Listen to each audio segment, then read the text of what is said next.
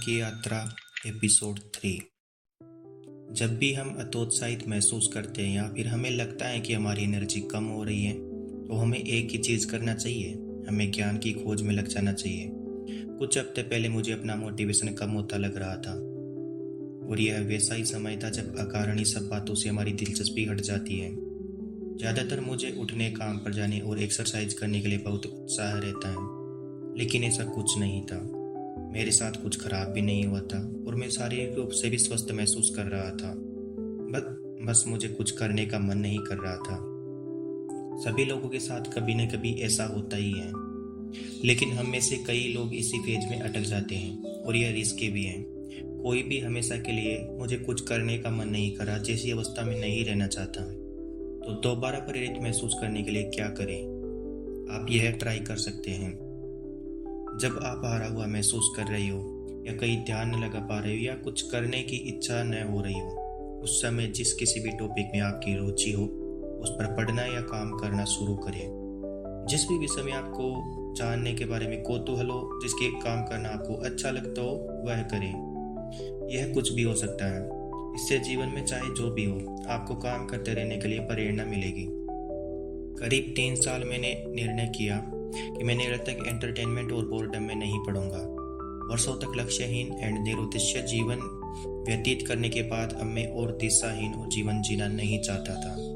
काफी बार लोग मान लेते हैं कि क्रियाशील होने के लिए जीवन में ऊंचे उद्देश्य होना जरूरी है। हम सोचते हैं कि दूसरे लोगों की तरह हम भी जीवन में भी बड़े लक्ष्यों पर काम नहीं कर रहे हैं तो हमारा जीवन व्यर्थ है, लेकिन यह सच नहीं है। यदि आपके सामने कोई बड़ा लक्ष्य नहीं है तो आप अपने पसंदीदा काम को ही अपना उद्देश्य बना सकते हैं। काफ़ी सारे फिलोसोफर ने भी इस बारे में बात की है। सेनेका निरुद्देश्य जीवन के आलोचक थे। उन्होंने एक बार कहा था, जो लोग बेकार की चीज़ों में खुद को व्यस्त रखते हैं मैं उनकी आलोचना करूंगा, एंड जो व्यक्ति सम्मानजनक उपलब्धियों को पाने के लिए भरसक कोशिश करते हैं और कठिनाइयों से वशीभूत नहीं होते हैं उनका अभिवादन करूंगा। और इससे भी बेहतर उठे, लंबी सांस ले और एक ही सांस में वह चढ़ाई पार कर ले। इस तरह के प्रयास से महान व्यक्तियों को प्रोत्साहन मिलता है। जब आप पसंदीदा काम को करने का प्रयास करते हैं, आप अपने व्यक्तित्व को प्रोत्साहन देते हैं। चाहे आप किसी की हुई चीज का प्रयोग न कर पाए, तब भी उस काम में आपको ऊर्जा मिलेगी। जबकि मैं ज्ञान का प्रयोग करने में विश्वास करता हूँ, लेकिन उस ज्ञान का प्रयोग कब हो पाएगा यह हमेशा के लिए निश्चित नहीं है। फॉर एग्जाम्पल, मैं निवेश के बारे में बहुत पढ़ता हूँ क्योंकि न मालूम मुझे कब उस जानकारी की जरूरत पड़ जाए। लेकिन यदि उस जानकारी को हासिल करने के लिए आज समय का निवेश करता हूँ तो भविष्य में मैं जब भी जरूरत हो उसका प्रयोग कर सकता हूँ। अगर मुझे ज्ञान ही नहीं होगा तो मैं उसे कभी अप्लाई भी नहीं कर पाऊंगा। जहाँ निवेश की बात आती है, स्टॉक मार्केट के इतिहास की जानकारी मुझे दृष्टिकोण मिलता है। अंततः चाहे आप अर्जित ज्ञान का प्रयोग करें या नहीं, यह जीने का शानदार तरीका है। इससे आपको ऊर्जा मिलती है और आपका जीवन परिवर्तन हो सकता है।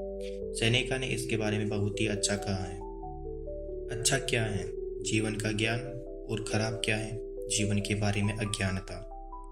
जीवन के बारे में ज्ञान अर्जित करने के लिए किताबों, लेखों और अन्य लोगों से बातचीत के माध्यम से जानकारी हासिल करने की कोशिश कर सकते हैं, खासकर उन लोगों से जो कि आपके अनुरूप समान रास्ते पर हैं।